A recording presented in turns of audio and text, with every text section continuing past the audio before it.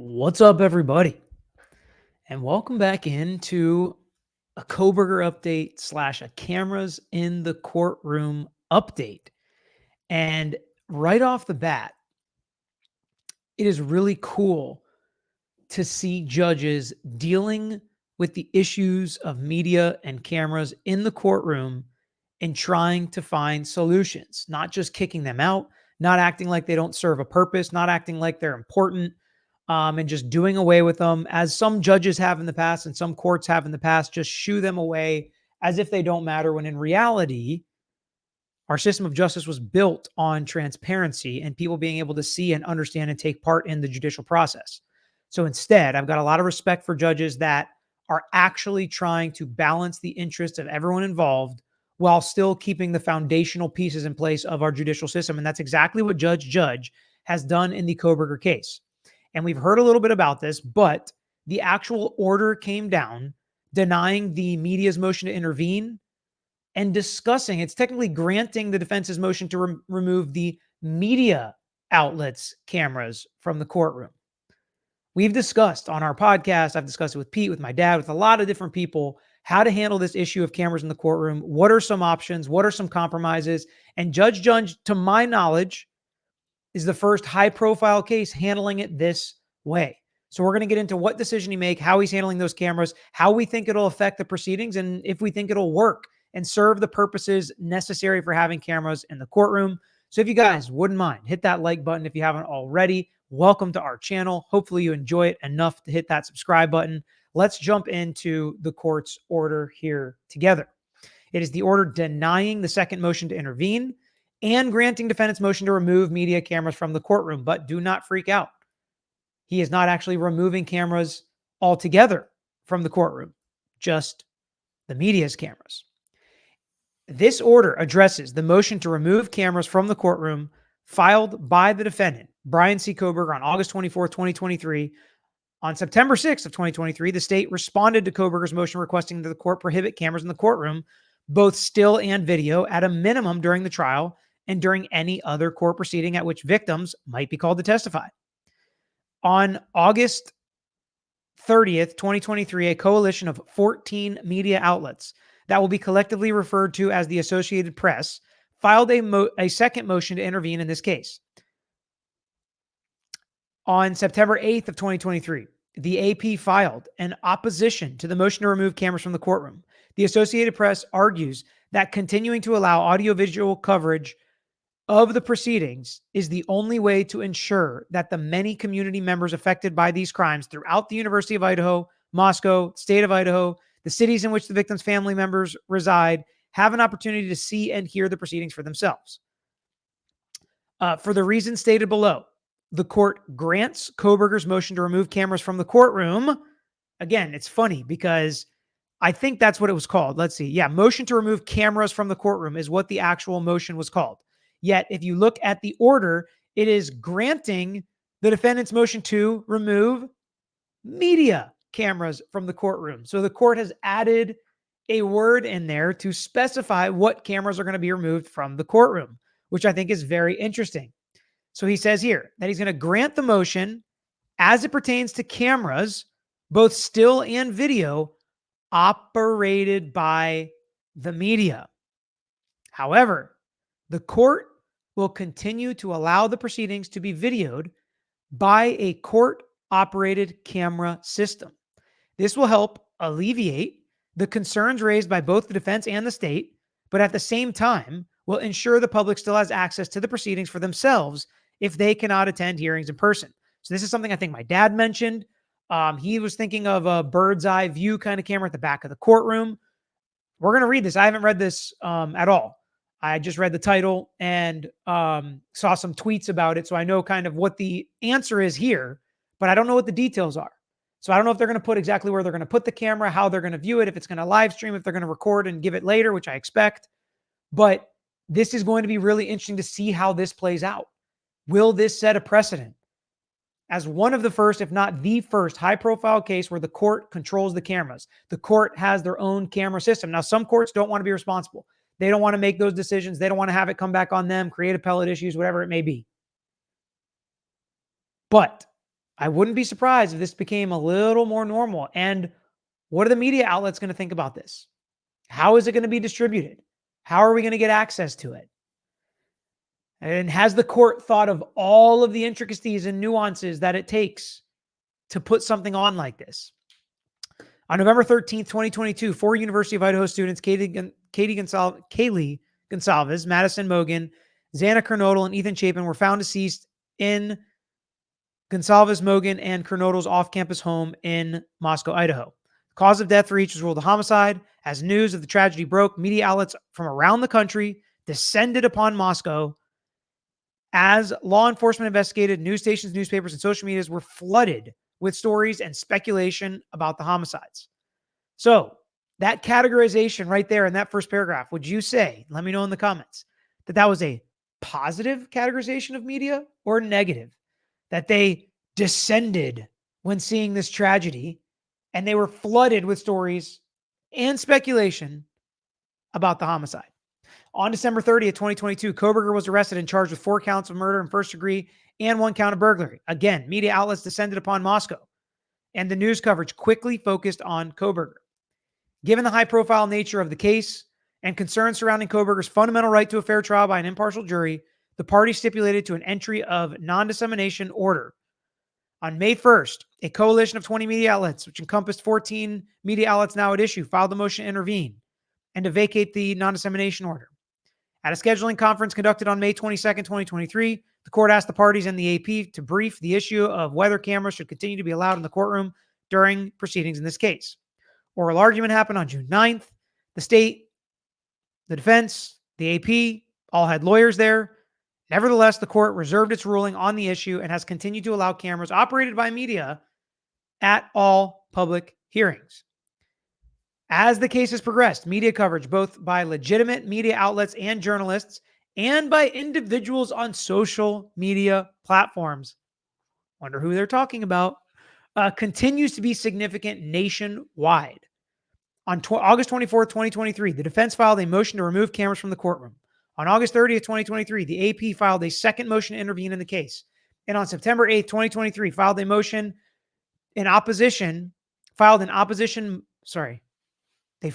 an opposition to Kohberger's motion.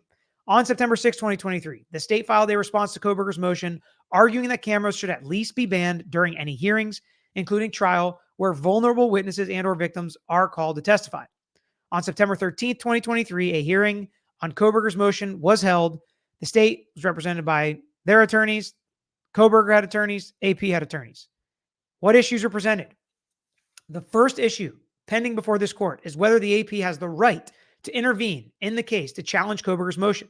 For the reasons stated below and articulated on the record at the hearing on September 13, 2023, the court holds that the AP does not have standing to intervene in the case at this juncture. Nevertheless, the court will allow the AP to participate as an interested media coalition. That's all they really want. That's all they really care about. So it sounds like a loss, but they're still going to be able to be involved, and cameras are not disappearing overall. How are they going to handle this? We'll talk about it a little bit at the end. The next issue is whether the court should exercise its discretion and remove cameras from the courtroom to protect Kohberger's right to a fair trial and to protect vulnerable witnesses and victims who may be called to testify at trial and other hearings for the reasons stated below. The court will prohibit still video and audio coverage by journalists and the public. However, a court-operated video and audio system will be used to record and stream. Don't know if that means live stream. Again, does the court understand what all these words mean? Are we using the same definitions? Words are important. Definitions are important. We know this. But it does say stream the proceedings, allowing the media and public access to view and hear for themselves what is taking place in the courtroom. This will alleviate some of the concerns raised by the parties while addressing the media's concerns address the media's concerns with removing cameras from the courtroom. Analysis. Intervention. There is not a widespread right of the press or anyone else to routinely intervene in Idaho's criminal proceedings. Instead, the Idaho Supreme Court has endorsed a limited right applicable when a trial court's responsibility to balance Sixth Amendment right of the accused with the First Amendment interest of the media becomes an issue. So exactly what's happening here. There's stuff on point, and that's what the court decided to do here. no First Amendment or other constitutional right to record either by audio or visual transmission of the court proceedings in Idaho. While the press does enjoy a constitutional interest in access to our criminal courts and criminal justice process, the U.S. Supreme Court described that right only as a right to sit, listen, watch, and report.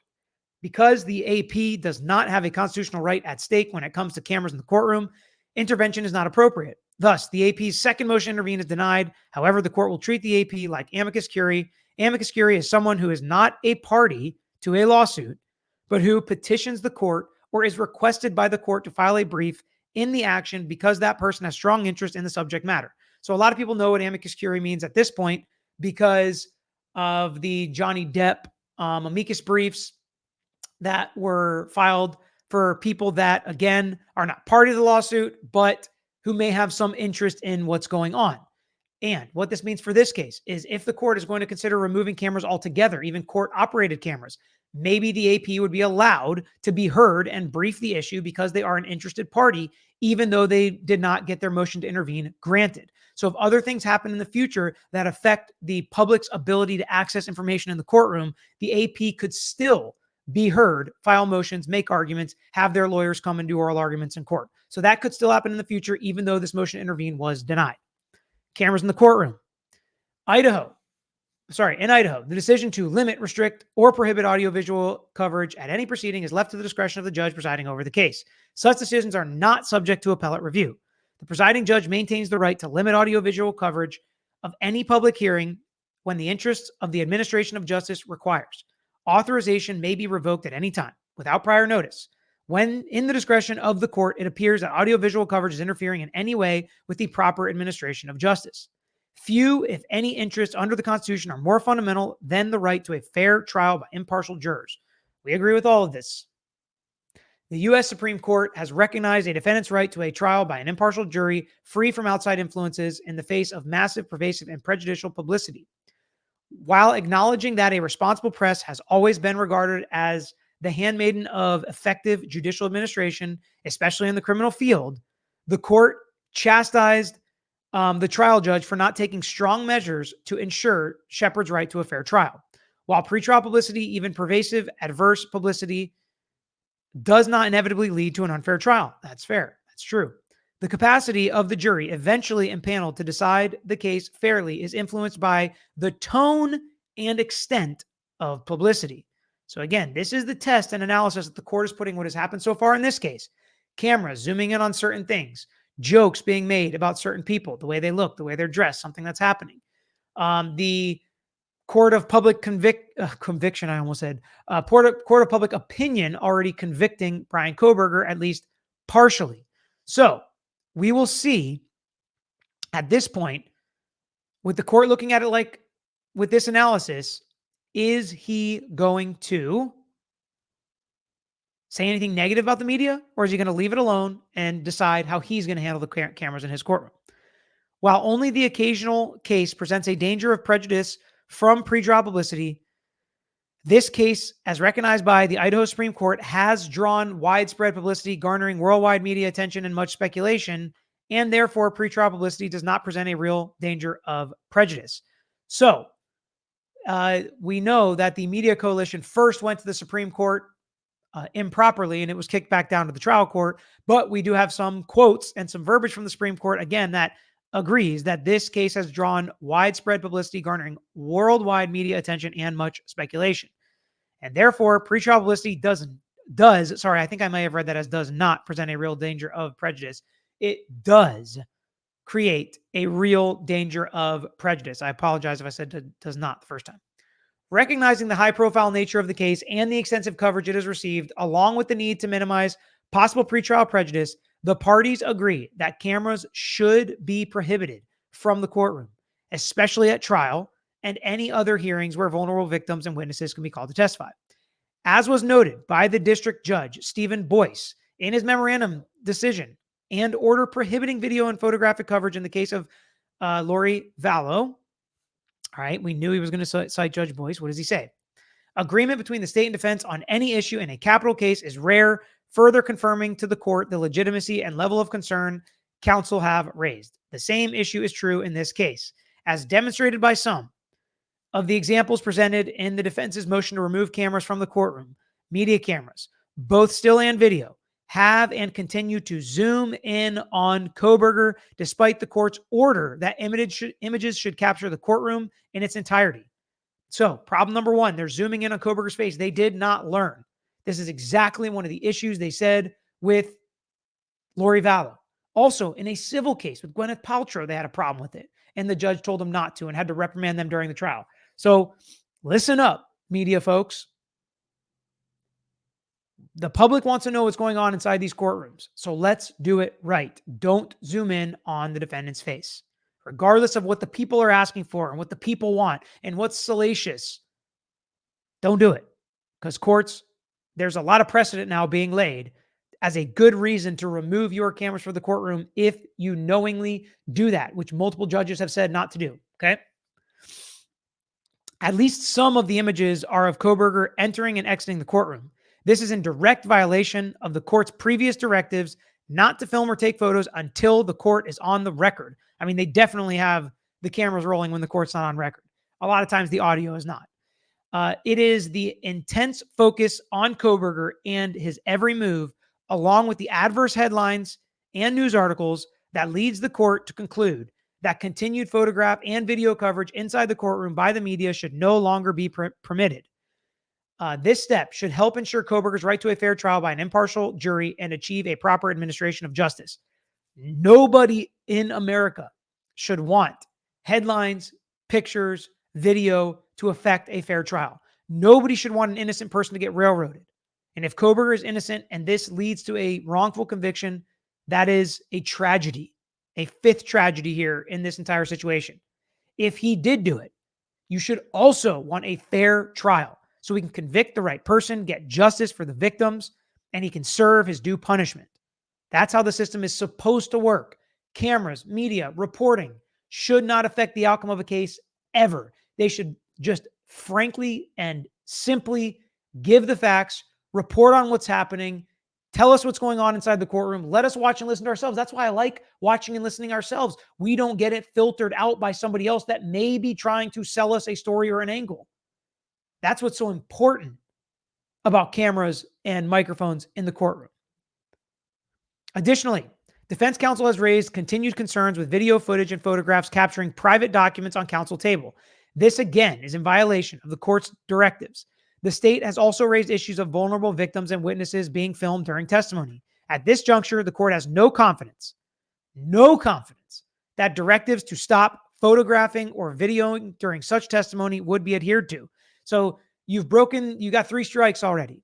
3 strikes, you're out. You've broken the rules so much as the media outlets that we are not going to allow you to even have the chance to break it in the future, is what the judge is saying.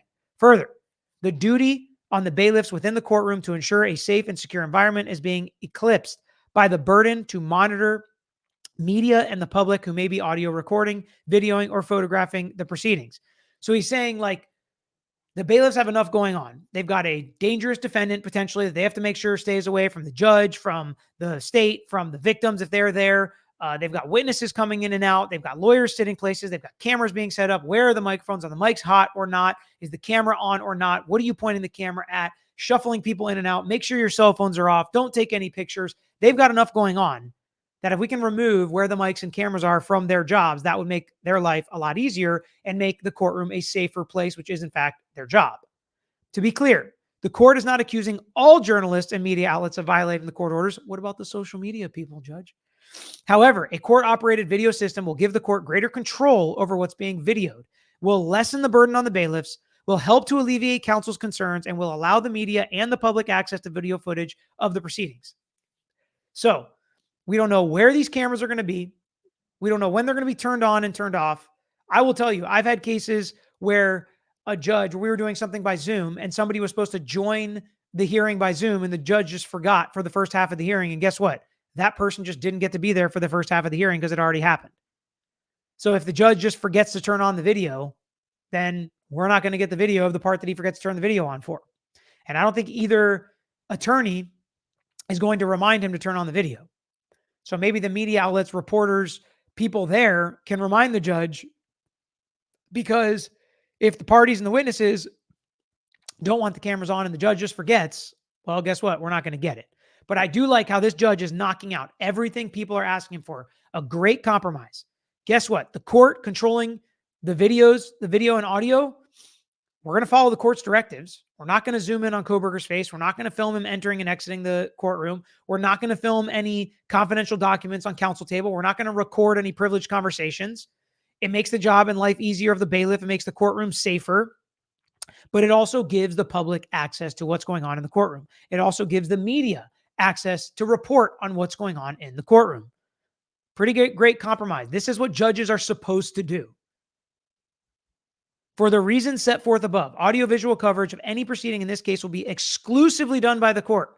Media and the public are not allowed to video, photograph, or audio record or otherwise transmit during the proceedings. That means somebody in there can't pull up your phone and record anything, can't take pictures of anything, can't just record the audio. Future public hearings, in this case, will be video recorded, and that live video stream will be available for the public and media to view at the court's YouTube channel. So here's the YouTube channel. I don't know. You guys probably can't copy and paste it here, but you can type it out. Maybe we can put it in the chat or something, or pin it to the top. If somebody can, one of you awesome viewers right now, type it in there and pin it to the top of the chat, or type it in. I guess I probably have to pin it. The court reserves the right to amend or prohibit audiovisual coverage in the future if it is determined that videoing the proceedings is interfering in any way with the proper administration of justice. And this was signed last Friday. So the court still reserves the right to remove cameras, even cameras controlled by the court. And again, the media would probably have the opportunity to come in and have something to say about that. But for right now, there is a specific YouTube channel just for this case. And it says the case will be video recorded, and that live video stream will be available for the public and media to view. So is it going to be live streamed or recorded and released later? My guess would be recorded and released later, but it'd be pretty cool if the court was live streaming things from his courtroom. Pretty wild. I also hope, I'm assuming they're going to hire somebody that knows how to cut the mic, maybe on a 1-second delay if they're not going to do it recorded. I think they're going to do it recorded and drop later, but really interesting. Interesting move by the judge. Is this how things are going to work in the future? Now, how's this going to affect the media? They're still going to get the information. They're still going to report on it. They're still going to make their videos, clip out things, do their reactions. So I think that overall, this is satisfying to the media for the most part, outside of controlling the cameras and zooming in on the faces. And we'll see how the